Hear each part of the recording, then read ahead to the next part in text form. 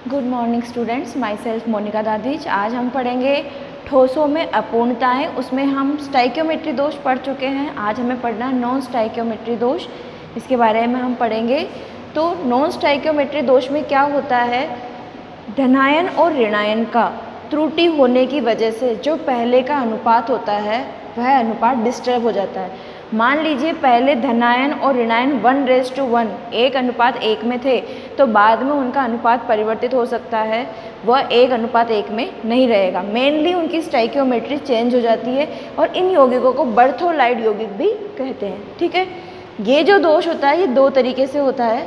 पहला तो है धनायन या धातु के आधिक्य से, यानी या तो धनायन बढ़ेगा तब होगा, या फिर धनायन या धातु के अभाव से। अभाव का मतलब कौन अधिक हो गया, यहाँ पे ऋणायन अधिक हो गया।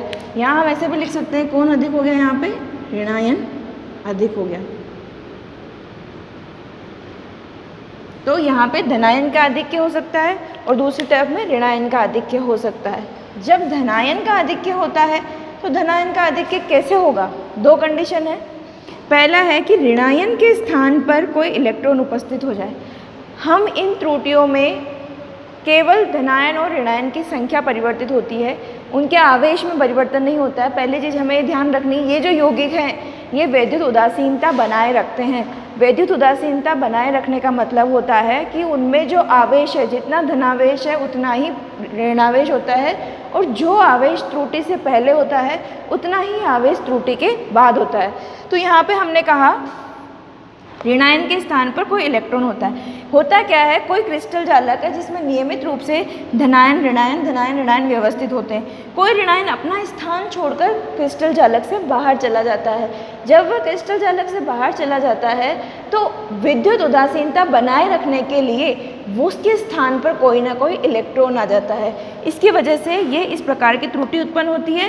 एक तरीके से हम इसको शॉर्ट के प्रकार की त्रुटि भी कह सकते हैं। अब वो जो इलेक्ट्रॉन आता है, वो इलेक्ट्रॉन उसकी वजह से क्या होता है, वो यौगिक थोड़ा सा रंगीन दिखाई देने लग जाता है और उस यौगिक को बोलते हैं एफ केंद्र।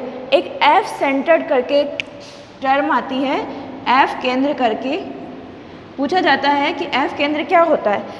तो जब नॉन स्टाइक्योमेट्री त्रुटि के अंदर कोई ऋणायन अपना स्थान छोड़कर क्रिस्टल जालक से बाहर चला जाता है, उसकी जगह एक इलेक्ट्रॉन आ जाता है और वो इलेक्ट्रॉन मुक्त होने की वजह से उस यौगिक को रंगीन यानी एक कलर प्रदान करता है।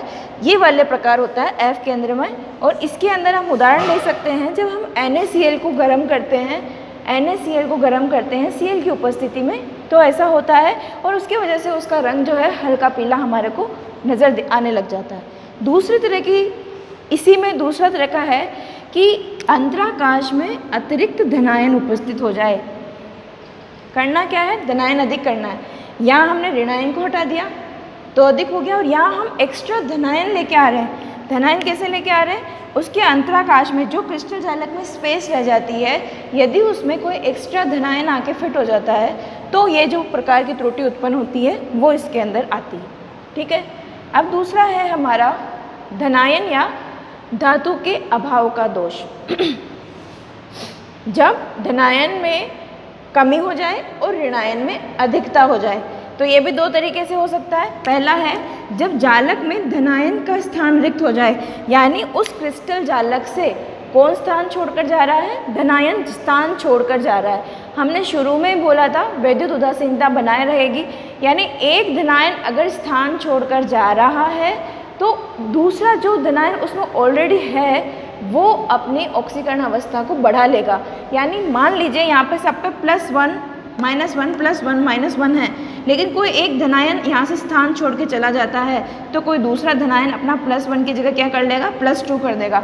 मोस्टली ये जो होते हैं ये इस प्रकार की त्रुटियाँ संक्रमण धातुओं में पाई जाती है, क्योंकि संक्रमण धातुएं डी ब्लॉक के एलिमेंट्स होते हैं। एलिमेंट्स मिलकर जो यौगिक बनाते हैं उनमें पाई जाती है। उनमें क्या होता है, परिवर्तनशील ऑक्सीकरण अवस्था दर्शाने का गुण पाया जाता है, तो वो अपनी ऑक्सीकरण अवस्था को चेंज कर लेते हैं। और यहाँ पे फाइनली जितने पॉजिटिव आयंस होंगे उतने ही नेगेटिव आयंस होंगे।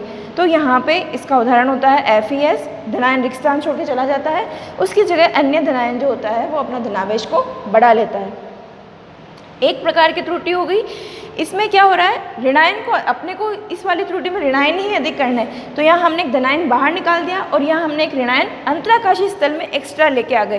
तो इस ऋणायन को वापस कंट्रोल करने के लिए, ऋणावेश को बराबर करने के लिए यहाँ पे जो धनायन उपस्थित होता है वो अपना आवेश बढ़ा देता है और यहाँ पे भी ये +2 चार्ज कर लेता है, जिससे इसकी विद्युत उदासीनता बनाए रहती है। इस प्रकार से ये होता है नॉन स्टाइकियोमेट्री दोष। ठीक है, एक लास्ट दोष और बच रहा है अपना,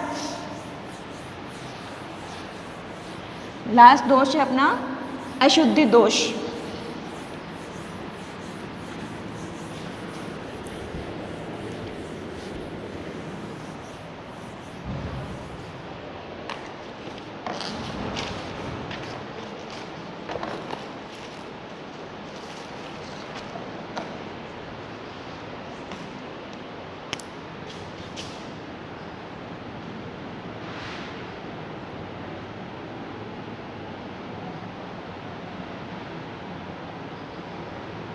नाम से ही स्पष्ट है कि उस आयनिक यौगिक में किसी न किसी प्रकार की अशुद्धि होगी।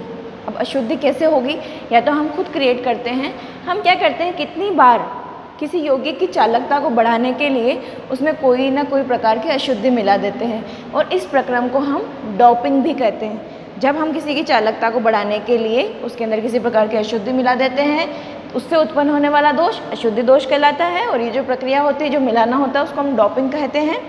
और इसका उदाहरण लेते हैं NaCl का। हम NaCl को गर्म करके उसके अंदर SrCl2 की जब अशुद्धि मिलाते हैं तो किसकी क्या कर रहे हैं हमने NaCl लिया, हमने NaCl में किसकी अशुद्धि मिलाई, SrCl2 की अशुद्धि मिलाई, तो होता क्या है Na किससे रिप्लेस हो जाता है, Sr से। तो Sr पर +2 चार्ज होता है, यानी यहाँ से 2 Na बाहर निकलेंगे, 2 Na बाहर निकलेंगे और उसकी जगह पे एक Sr +2 फिट हो जाएगा।